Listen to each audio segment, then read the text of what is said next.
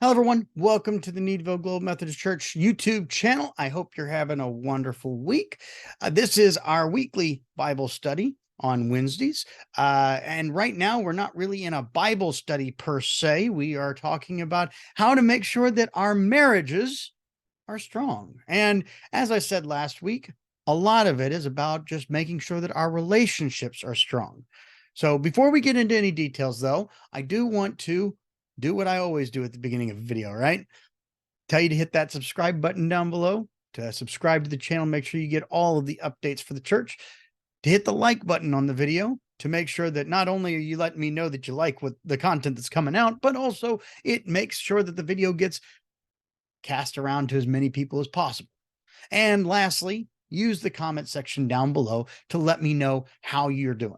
If you have any questions about the material that I go through in the video, if you have a question about maybe something that you'd like to hear me talk about over the next couple of weeks, or just to let me know that everything's going great and you really like the content, or maybe something that you don't like and I need to fix.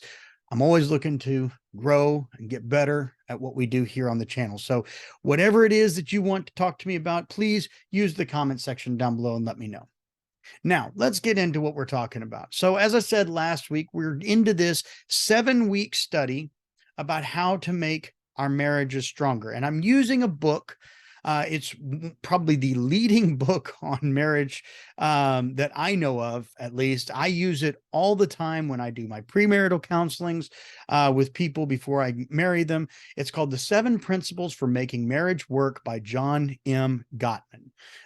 He is a leading expert on relationships and marriage. So it's a wonderful book to use. In the description down below, you'll find a link to the Amazon page where you can purchase the book if you should like to. There's a lot of good information in it. There's also good like quizzes and tests to take to work with your significant other and try to do this stuff at home. I encourage you to do it as often as possible because it's always good to make sure that your relationship is rock solid and healthy. Now, as I said last week, while this series, this 7-week series together is based on a book about marriage, and we will be talking about marriage, and I will be using that vernacular as I speak about husbands and wives, it's not just for married people. Let me tell you why. When the world was created, when God created all things, he created man. And remember what he said. Everything he looked at, he said, it's good, it's good, it's good, it's good. And then he came to Adam and he goes, ooh, not good. And that's not because of original sin. That's not because he was fallen already. It was because he looked at man and said, man is not meant to be alone. We are social creatures. We were created that way from the very beginning. We are not meant to walk this earth by ourselves. We are not meant to go through this life alone. We are meant to have people around us, relationships. And so what we're talking about in these 7 pieces, yes, it goes as deep as a marriage relationship, which certainly has its own pieces about it. But maybe you are a person who is not looking for that marriage relationship. Rather because you are widowed and you're done with that. You're not going to go find yourself another marriage partner. Maybe you're young and you aren't even dating anyone at the moment, and therefore you don't even know that you're ready for marriage. Or maybe you're someone like the Apostle Paul who has decided, you know what, marriage just isn't my cup of tea. It isn't what God meant for me. Maybe that's the case. But whatever it is, I can tell you this one piece. There's not a single person on this earth that was meant to walk it by themselves. And so while you may not need the marriage relationship, you definitely need the best friend relationship. You need a lot of that relationship stuff that you find in the marriage. You need to find it outside of marriage if you're not going to go with the marriage side. So these 7 pieces are really great ways to make sure that you have a healthy relationship with a certain person that will make sure that you stay healthy, that you continue to grow, and you continue to follow Christ in the way that he wants you to do so. So that's why I'm telling you, if you're not in that marriage set, you don't have a spouse, you're not looking for a spouse, You don't think marriage is really right for you, whatever that case may be, don't turn off the video. What we're going to talk about is still applicable to you as much as it is to the people who are in a marriage relationship right now. So I always want to start these off with a scripture, all right? Because I think the scripture, we should, as Christians, bury ourselves in scripture, ground ourselves in scripture. So I'm going to go to Paul's letter to the Thessalonians. And in the 11th verse of the 5th chapter, he says this: encourage one another and build up each other, as indeed you are doing. Paul's words to the people are don't let yourselves be divided. Don't let yourselves go off on your own. Build each other up. Love on each other. And that is the second point. If you want to hear the first point, I encourage you to go back and watch that video. But the second point that we're going to talk about today is nurturing your fondness and your admiration for your spouse. Now, this is a really big key point in making sure that you have that strong marital relationship, is to build each other up, to show each other love, to be positive with each other. I had a friend of mine who I worked closely with, and we were good friends, still are. And when we first we first met each other and we were talking to each other, I honestly believed that he was very uptight when he did this. But I came to realize that he had a very deep wisdom in what he was doing and a very deep appreciation for what he was doing. We all have those jokes about marriage, right? The old ball and chain, all the jokes about heaven being, I saw a joke on Facebook today that said a wife found out that goes to her husband and says, I found out that in heaven, wives and husbands aren't together. And the husband turns around and says, well, that's why they call it heaven. And we all know those jokes and we all laugh at them, right? Because they are jokes. But my friend, when we would joke about things like that, he would immediately shut down and say, nope, I'm not going to engage in those kinds of jokes. I'm not going to engage in those kinds of things because I do love my wife and I do want to be with my wife more than any other woman in this world. And as I said, when he first did it, I thought that he was being, uptight and you need to loosen up and it's just a joke. It's just funny. But then I started realizing that by the mere fact that we were making a joke about it, there were two problems with it. The first was, if I was making those jokes, what would stop my wife from thinking that I actually did harbor some of those feelings? That would hurt her immensely. And then I started thinking about what the scriptures tell us, what Jesus told us about sin, right? He said, an adulterer is not an adulterer who actually commits adultery. An adulterer is an adulterer who commits some adultery in his mind, because as soon as he commits it in his mind, it's easier for him to then commit it in real life. And ultimately what Jesus was trying to say was, if you let sin, whatever sin it is, get a toehold up here, eventually it will get a toehold elsewhere. And so I came to realize that my friend had a really wise position here. Making those jokes, while they might be funny, while they might get a laugh, they do harm as well. Now, don't hear me saying you shouldn't joke about your marriage.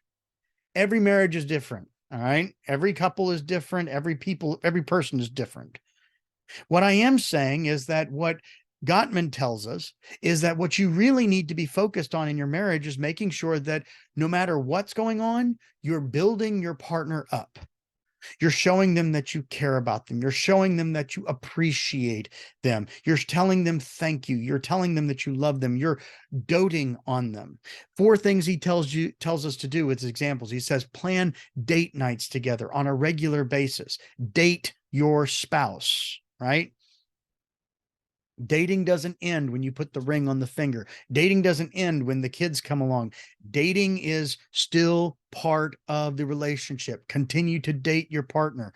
The second, he says, try a new hobby or an activity together. We all have our hobbies that we like to do by ourselves. I love playing video games. My wife hates playing video games. So guess what? When I need to unwind, when I need to de-stress, I get on my computer, I get on my Xbox, and I play some video games because that de-stresses me. It does not de-stress my wife. It's something that I get to do by myself. But we're supposed to find a hobby or an activity that we both can do that bring us both enjoyment, and on top of that, bring us together. The third thing is to express appreciation for your spouse. And this is something that's really easy to do, but it's also really easy to overlook. Show appreciation for your spouse in the small things. Not just in the big gestures like, oh, it's your birthday and your wife threw you a big party that you didn't know about, or it's Christmas and your husband found the perfect gift to give you for Christmas. And you say, thank you, thank you, thank you. Yeah, of course you're supposed to say thank you then. But what about when you see your husband do something small, like pick up the trash and throw it outside? That's a normal, everyday, routine thing, right? That's something that you shouldn't really even say thank you for because it's just a chore. It just needs to get done. But by the mere fact of saying thank you, you show that you not only appreciate, but you saw them do it. There's a recognition there. Your wife, that she picked up the kids for the fifth time this week from school. That's something that has to be done. You can't leave the kids at school, right? Tell her thank you. Thank you for doing that. It's just a way to show your partner, to show your spouse that you see them and that you appreciate everything that they do. Think about it. For all of us, we all want those attaboys, right? We all want those thank yous when we do something. Doesn't it feel good? Shouldn't we want to make our spouses feel good? The last thing he says is compliment your partner. Find something to compliment your partner on every single day. It could be something physical. It could be something spiritual. It could be something emotional. It could be something mental. It could be whatever you want, but find one thing every day at least to be complimentary of. And then tell them. It's no good to keep it up here. Look at your wife and go, sexy. No problem with that, right? It's part of marriage. Tell her hair is pretty. Tell her her dress is pretty. Ladies, tell your husband, I like that watch. I like it when you get dressed up. I like it when you fix your hair that way. Whatever it is, compliment your partner. Tell them how you see them. Because and this is the secret in this little thing. The more you do that, the more you will see it. I can't tell you how many couples I've talked to that are on the rocks, that are having issues. And invariably, the conversation about their spouse tends to start going negative really quickly. She nags on me a lot, or he doesn't listen to me, or whatever the case may be. But the couples that are strong together, all they do is talk about how much they love their spouse, how amazing they are.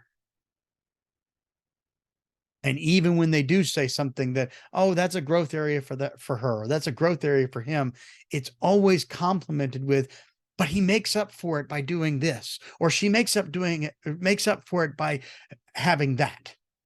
Whatever it is, there's always a positive spin on it. Even when there is a negative piece, there's a positive spin on it. And it starts right here in your mental capacity, looking for those things to not only appreciate, but to compliment your partner. You want to build a strong marital relationship, you go here. You build and nurture your fondness and admiration for each other.